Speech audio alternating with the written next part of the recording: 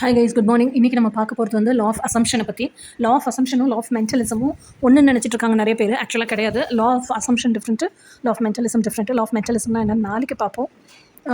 நம்ம மண்டே போல் ரெண்டுத்துக்குமான டிஃப்ரென்ஸ் என்னென்னு பார்ப்போம். எப்படி லா ஆஃப் ரெசனன்ஸும் லா ஆஃப் கரஸ்பாண்டன்ஸுக்கும் டிஃப்ரென்ஸ் பார்த்தோமோ அந்த மாதிரி. ஓகே கைஸ், இப்போ லா ஆஃப் அசம்ஷன்னா என்னென்னு பார்ப்போம். லா ஆஃப் அசம்ஷனுங்கிறதே ரொம்ப சிம்பிளான தாட்டு தாங்க. ரொம்ப ரொம்ப சிம்பிள்.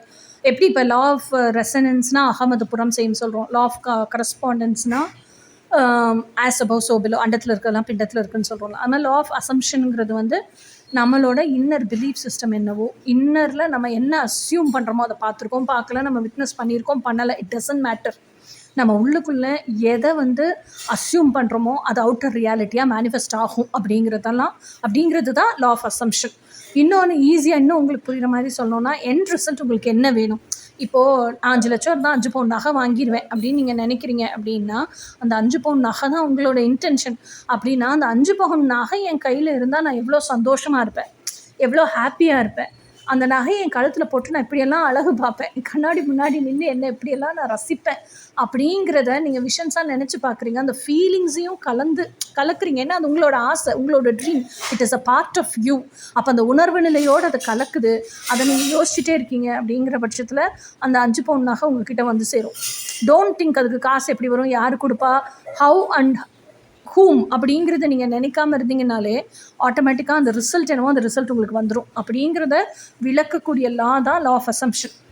இப்போ வந்து எனக்கு புது வீட்டுக்கு வந்த புதுசில் என்கிட்ட ஃப்ரிட்ஜு கிடையாது, வாஷிங் மிஷின் கிடையாது, ஃப்ரிட்ஜ் வாங்குறது காசும் கிடையாது, வாஷிங் மிஷின் வாங்குறதுக்கு காசும் கிடையாது. So I was keeping on thinking, அப்போ நான் என்ன பண்ண போகிறேன், காசு இல்லையே அப்படின்னு சொல்லிட்டு. ஆனால் ஒன்றே தான் கேட்டேன், எனக்கு டெய்லி பால் வைக்கிறதுக்கு, மாவு ஆட்டி வைக்கிறதுக்கு வெளியவே வைக்க முடியல, கஷ்டமாக இருக்குது. டெய்லி காய்ச்சி வைக்க வேண்டியிருக்கு பாலை. டெய்லி கடைக்கு போய் பால் வாங்கிட்டு வந்துகிட்டே இருக்க வேண்டியிருக்கு. அது வெள்ளனை போனால் தான் பால் கிடைக்கும், லேட்டாக போனால் பால் தீர்ந்து போயிடும். ஸோ இதுக்கெல்லாம் கண்டிப்பான முறையில் ஃப்ரிட்ஜ் வேணும். ஒரு பக்கெட் நிறைய துணி சேர்ந்து போச்சு, இதை கையில் துவைக்கிறதுக்கு எனக்கு மலப்பாக இருக்குது. கண்டிப்பான முறையில் எனக்கு வாஷிங் மிஷினும் வேணும். ஸோ ஃப்ரிட்ஜு, வாஷிங் மிஷின் எதை கொடுத்தாலும் நான் அக்செப்ட் பண்ணிக்கிறேன், ஆனால் எனக்கு வேணும், எனக்கு கொடு அப்படின்னு தான் கேட்டேன். அதை சொல்லி 1 வீக்லேயே வந்து எங்கள் சித்தி ஒருத்தவங்க சென்னையிலேருந்து மதுரைக்கு அவங்க வீடை காலி பண்ணிட்டு வந்தாங்க. ஆல்ரெடி மதுரை வீட்டில் எல்லாம் வாங்கி போட்டிருக்காங்க. ஸோ இது எக்ஸ்ட்ரா தான் உங்களுக்கு இந்த வாஷிங் மிஷினும் ஃப்ரிட்ஜ்.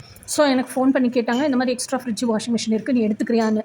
அவங்க கேட்டது தான் ஒரு டெம்போ 500 ரூபாய்க்கு பிடிச்சி போய் வாஷிங் மிஷினை ஃப்ரிட்ஜையும் எடுத்துகிட்டு வந்து மேலே இங்கே வச்சு அது நல்லா ஒர்க் பண்ணுதான்னு ஒரு நாள் போட்டெல்லாம் பார்த்து கனெக்ட் பண்ணி யூஸ் பண்ண ஆரம்பிச்சிட்டேன். ஸோ திஸ் இஸ் ஹவு நீங்கள் உங்கள் ரியாலிட்டி என்னன்னு நீங்கள் இமேஜின் பண்ணுறீங்களா, அஸ்யூம் பண்ணுறீங்களா, அந்த அஸ்யூம் பண்ணுற ரியாலிட்டியவே இது என்கிட்ட இருந்தால் எவ்வளோ சூப்பராக இருக்கும் அப்படின்னு அந்த உணர்வு நிலையோடு அதை ஹாப்பியாக அந்த ட்ரீமில் என்ஜாய் பண்ணி வாழ்கிறீங்கல்ல, இதுதான் உங்கள் இன்னர் ரியாலிட்டி.